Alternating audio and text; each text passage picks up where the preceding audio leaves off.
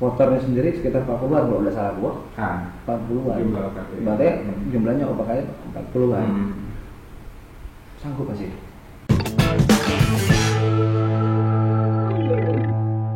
Bang Firman. Benar, Bang Firman, Bang? Benar. Nama lengkap siapa? Firman Rahmadoni. Firman Rahmadoni. Oh, digabung. Apa bisa? Rahmadoni gitu. Satu kata Rahmadoni. Rahmadoni. Oh, Rahmadoni. Rahmadoni. Firman Jangan salah. Saya tuh salah orang. Salah cocok lah. Salah. Doa. Jadi Bang Firman ini dinas di mana, Bang? Kerjaan? Aku di Bapeda Kota Pangkal Pinang. Bapeda Kota. Di Bapeda Kota Lalami. Kalau di Bapeda baru setahun yang lalu, saat tanggal 12 Juni ini pas 1 tahun. Oh gitu. Oh, pas 1 tahunan. Oh, sebelum apa ini? Sebelum gua di inspektorat. Inspektor kota juga. Maksudnya tetap dalam lingkungan ASN, cuman beda ini. Beda SKPD. Oke. Menarik bagi gua. Kenapa kita undang hari ini? Ada tanda tanya besar. Makan perkenalnya. Jadi Aku pribadi pengen mengenal kan, pengen lebih tahu. sampai dengan gue. Kalau juga. Jadi kan,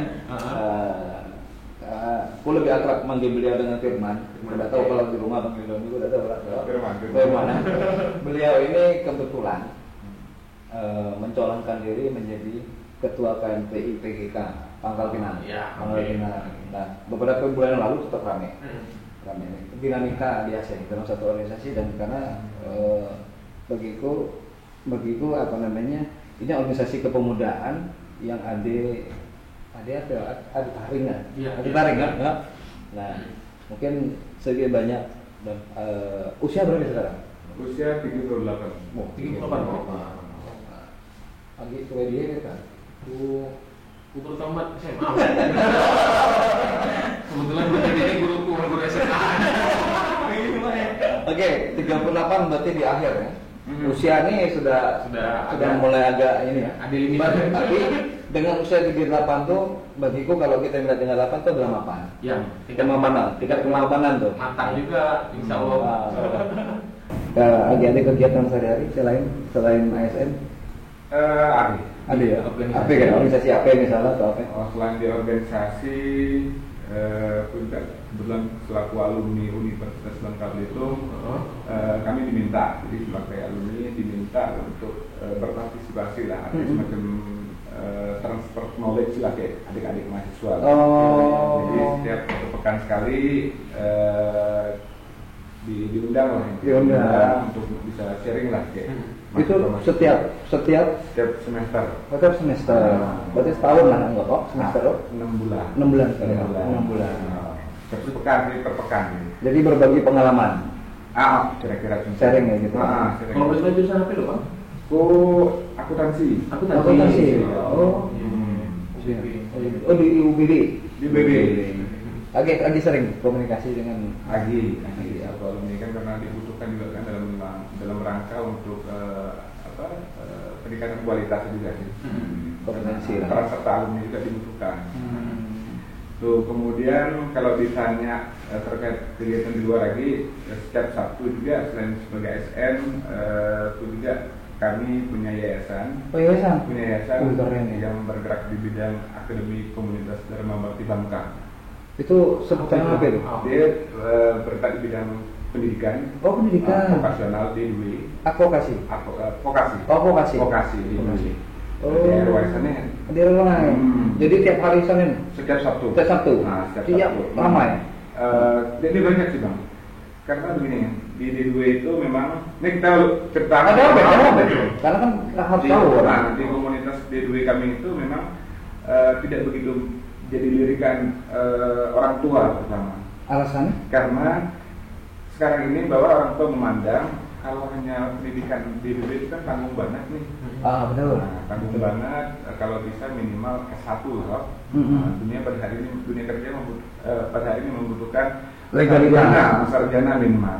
Nah, namun yayasan kami orang-orang Bangka juga, salah satu pendirinya itu almarhum Pak Haka Junaidi. Pak Haka Junaidi, jadi yayasan itu terbentuk dari beberapa orang Bangka juga yang sukses, kemudian kepengen berbagi di daerahnya. kemudian terutama di Bangka itu seorang konsultan Pak Lem ya. Punya Bangka yang sukses di luar. Jadi dia mencoba untuk berbagi di Bangka ini membuat sekolah vokasi tadi di sekolah jadi semacam akademi lah. Di situ sebagai ini aku sebagai tenaga pengajar juga sih. Pengajar juga. Itu dibayar? Dibayar. Dibayar. Cuma memang tujuannya aku pikir sangat mulia kan. Sebenarnya aku bukan melihat dari sisi materinya, bukan melihat dari sisi materi, tapi lihat dari niat baik para pendiri yayasan. Pada hari ini itu yang menjadi ketertarikanku untuk bisa bergabung di situ. Karena apa? Di DPW kami itu kami mencari orang-orang yang punya berbagai macam persoalan. Jadi kalau salah satu misalkan ketika orang punya kemampuan secara finansial, maka dia tidak akan sekolah di situ. Itu pertama. Kedua, ketika orang punya pengetahuan yang lebih, maka dia juga tidak akan sekolah di situ. Jadi kami mencari orang-orang yang super yang memiliki kekurangan apapun dalam bidang apapun. Misalkan salah satu contoh dalam hal bidang kata orang Bangka kisah siap, makasih Bang. Jangan mengira Bang ini badannya besar. Jadi kami memang mencari Bang orang-orang yang penting punya keinginan ingin sekolah. Berarti yang artinya yang bermasalah dengan masalah seluruhnya, artinya secara kemampuan hidupnya, kemampuan finansialnya, yang penting dia nanti sekolah lagi kami lebih syukur. Alhamdulillah. Kalau niat tadi. Itu penerimaan setiap tahun. Ini lah tahun kedua. Ini tahun kedua ya? Tahun kedua. Tempatnya di mana? Tempatnya di RY sana. Di RY sebelah mana? Di RY sana di samping dekat SMP 1,5. Betul. Di situ memang ada ruangan gitu. Ada ruangan. Sekarang nggak berapa banyak mahasiswa? Mahasiswa memang jadi banyak, Bang. Aku bilang tadi. Artinya peminatnya sangat minim. Jadi kami itu harus memang door to door mencari orang yang ingin sekolah intinya. Bahkan di yayasan kami niatnya kalau kita hitung-hitung memang tidak akan break even gitu lah. Dia harus membiayai kami gitu kan. Tapi yang penting sosial jangan sampai dia mendengar. Artinya anak-anak kita ataupun adik-adik kita yang tidak sekolah karena alasan tidak ada duit, dia tidak mengerti lagi. Itu akreditasinya? Memang ini sekarang baru C lah. Baru C ya? Kan baru umur juga masih nyedek baru 2 tahun kan 2016 berdiri. Mata kuliah? Kami khusus untuk akuntansi UMKM. Tapi luar biasa. Mantap. Dan cuma Sabtu tadi ya? Abang belum balik ke situ Sabtu? Cuma Sabtu, karena itu yang bisa ku bagi waktuku. Tapi yang hari lain? Ada yang lain ada. Gitu. Cuma abang kebagian jadwal hari Sabtu. Setiap Sabtu. Luar biasa. Baru tahu. Baru tahu. Jadi salah informasi. Karena pertama kali ruang pendidikan juga kita kurang. Betul. Ya. Karena kalau setiap orang kita kan ada UT juga kan kata sebagian orang juga agak kesulitan masalah pembiayaan juga. Mungkin lagi baca emang pada saat ini maju menjadi ketua KNPI mencalonkan diri. Karena jujur di dalam KNPI ini banyak orang ormas pemuda yang tergabung dan itu macam-macam OKP-nya itu cara berpikirnya. Terus cara nuntut nyorang dan itu tekanan cukup luar biasa.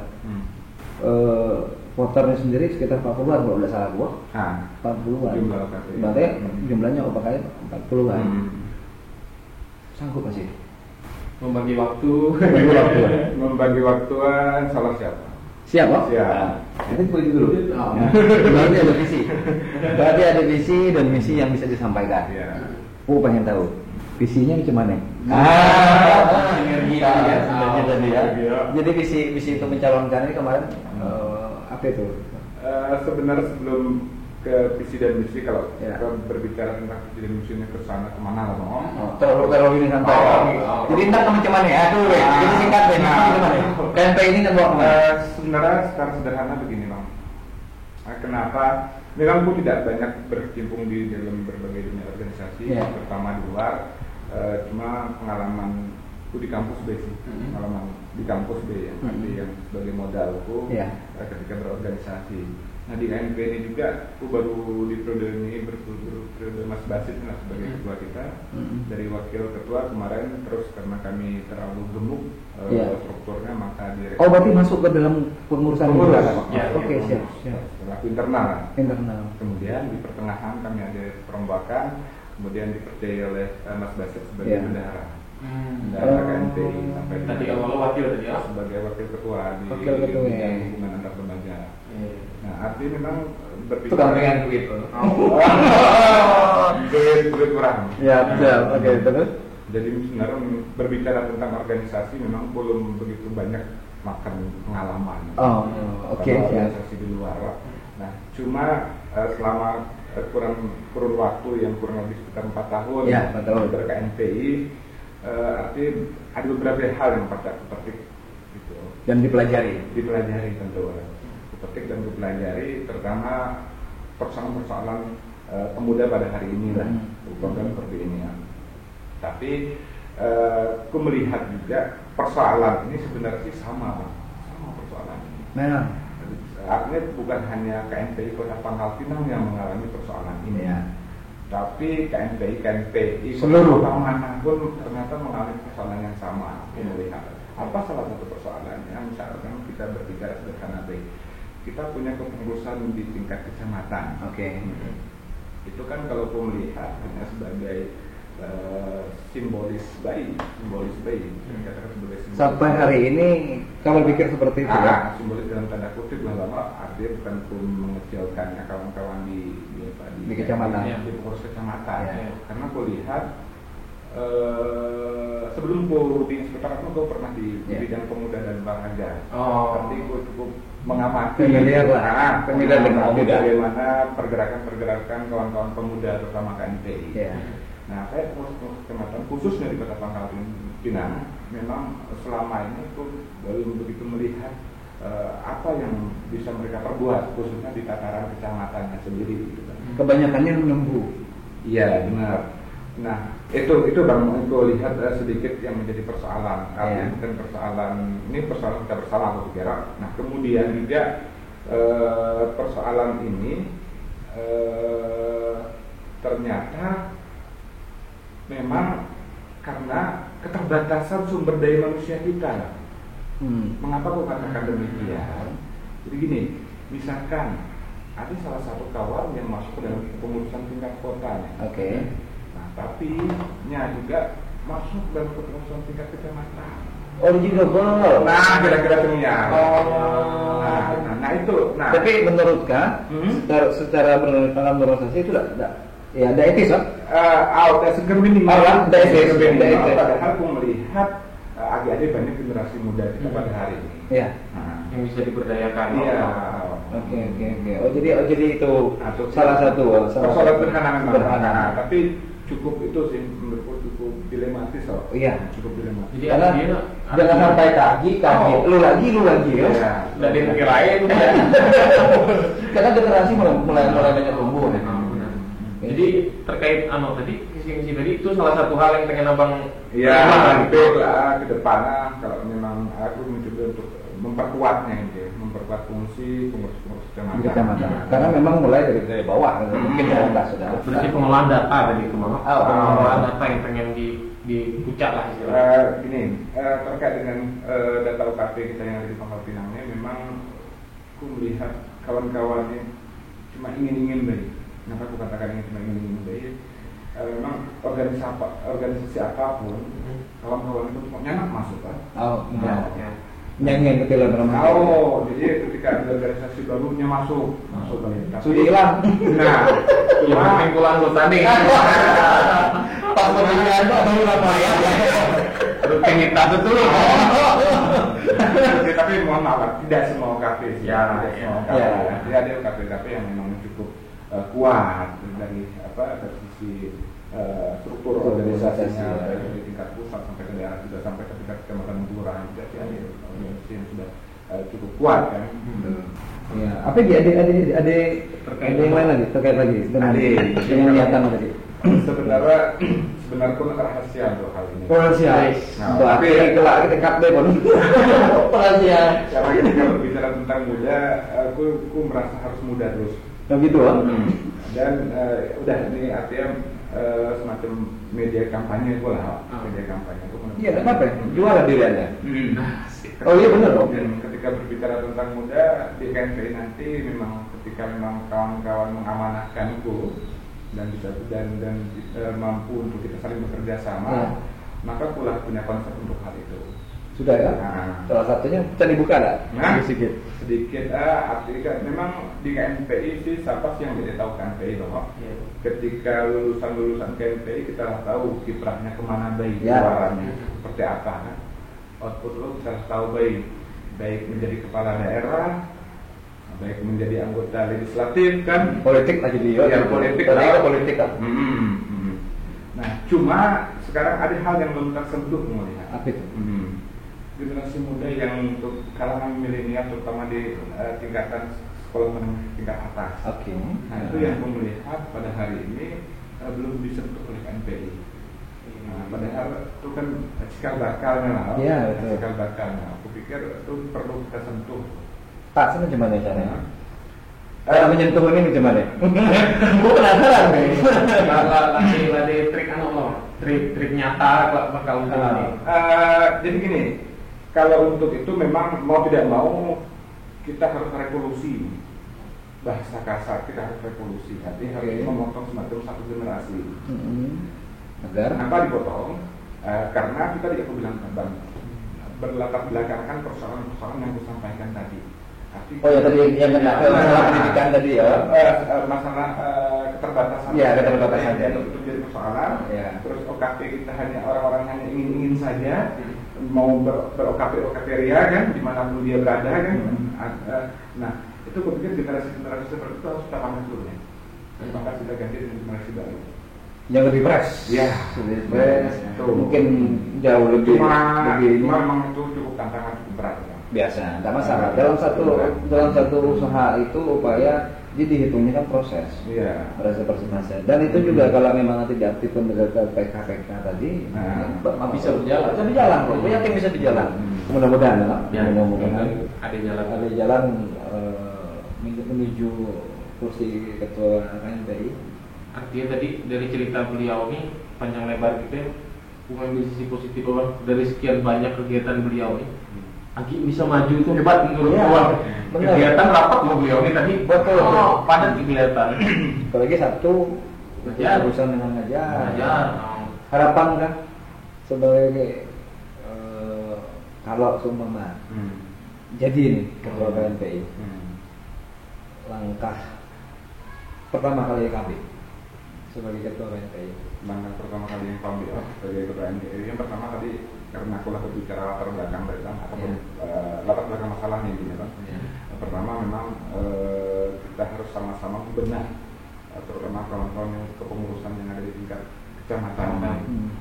Untuk apa sih kita berbenah dalam rangka untuk memperkuat kembali barang merah deh sebenarnya.